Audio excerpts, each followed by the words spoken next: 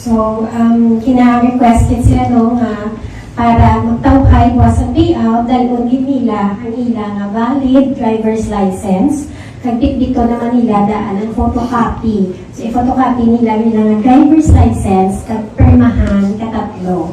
Madala sila tuwa cassette so sa photocopy para tawhay na lang. And then this afternoon, i-check nila kay i-post namon nalabot sa pag-contact sa ilang isa-isa. So, as mentioned kanina, importante nga makatulang sila sa ilang date assigned sa venue.